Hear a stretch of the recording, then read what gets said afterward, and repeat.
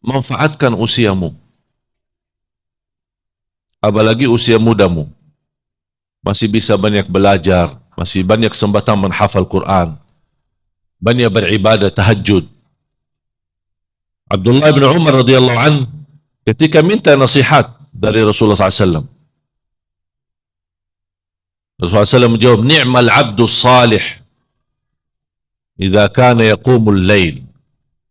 Sebaik-baik hamba yang salih kalau dia mampu menjaga salat malam. Dan bawa dalam sejarah ketika Abdullah bin Umar menerima hadis ini, wasiat ini, berusia disebutkan 18 atau 19 tahun. Semenjak itu sampai usia puluhan tahun, 60-an ke atas, dia tidak pernah tinggalkan tahajud. Karena dia sudah tahu bersabda Rasulullah dan sangat jelas dan difahami, ni'mal abdus salih, sebaik-baik hamba yang salih kalau dia mampu menjaga salat malam.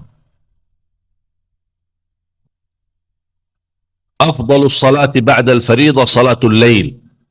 Salat yang terbaik sesudah salat fardu salat malam. Lebih baik dari duha, lebih baik dari sunnah qabliyah ba'diyah, lebih baik dari sunnah wudu, lebih baik dari seluruh sunnah. Yang terbaik di salat sesudah salat wajib adalah salat malam. Sayang sekali kalau ada seorang muslim lewat satu malam tapi tidak salat malam, walaupun 2 rakaat. 2 rakaat. Supaya namamu tertulis sebagai ahli salat malam. Tak pernah tinggalkan, apapun kondisinya, apapun keadaannya.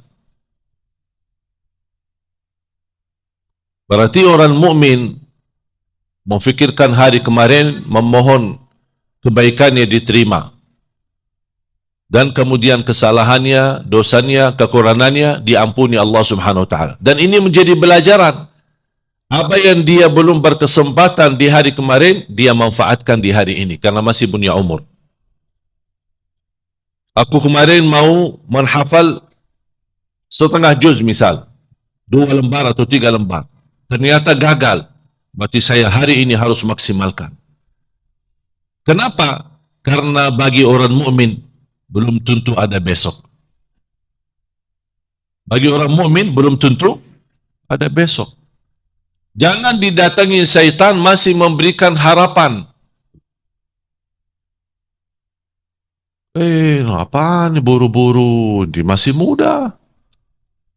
Kan umur kamu masih panjang.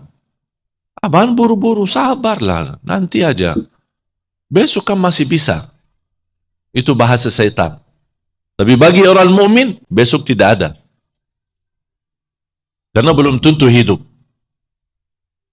Karena tidak ada jaminan. Ada yang punya jaminan hidup sampai besok? Tidak ada.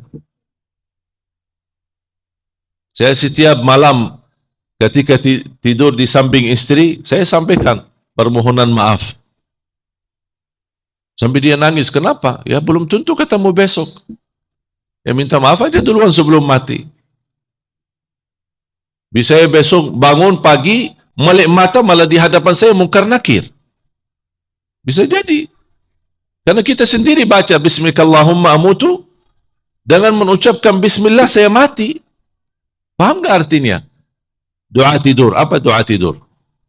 Bismillahirrahmanirrahim ahya wa amut. Ada riwayat Bismillahirrahmanirrahim amutu wa ahya. Artinya apa? Bismillah saya mati. Kita ucapkan Bismillah saya mati. Bahkan ada doa yang indah menjadi salah satu doa tidur. Saya mendorong semua jamaah untuk bisa menghafalnya.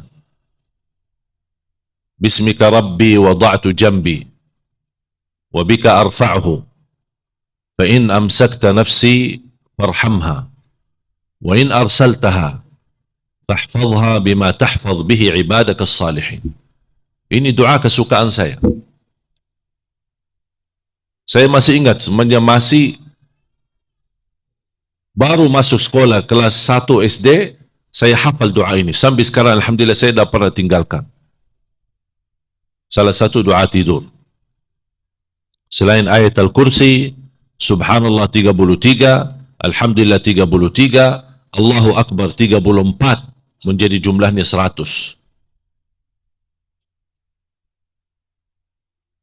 Dan juga salah satu amalan yang sangat luar biasa dahsyat dan manfaat yang dilakukan oleh Rasulullah SAW. Sampai kata Siti Aisyah, sampai di sakratul maut tidak ditinggalkan oleh Rasulullah amalan itu. Nanti saya akan kasih contohnya. Ini orang-orang salih, orang yang menerti umur itu sangat mahal, berkesempatan ketika ada kesempatan beramal, dia tidak pernah tunda. Jangan ada bahasa ketika anda misal berkesempatan sedekah. Jangan ada bahasa di mulut kita, insya Allah kalau ada rezeki saya mau bersedekah. Sedekah apa adanya. Apa adanya. Biar 1000. Jangan anda merasa tidak berguna, buat apa? Apa yang mereka bisa manfaatkan sendiri? Anda tidak tahu manfaatnya apa. Tapi Allah yang tahu. Sedekah. Karena belum tentu besok masih bisa bersedekah. Belum tentu hidup sampai datang rezeki yang besar untuk bisa bersedekah lebih besar. Makanya ketika berkesempatan amal salih, jangan tunda. Sempatan tahajud walaupun 2 rakaat, tutup dengan witir. Kalau tidak terbiasa bangun tengah malam, boleh sebelum tidur. Karena tidak harus tidur dulu. Karena waktu salat malam mulai habis isya sampai subuh. Itu semuanya waktu salat malam. Di awal malam boleh, di tengah malam boleh, di sepertiga terakhir malam boleh. Dan ini kembali kepada kondisi dan keadaan masing-masing.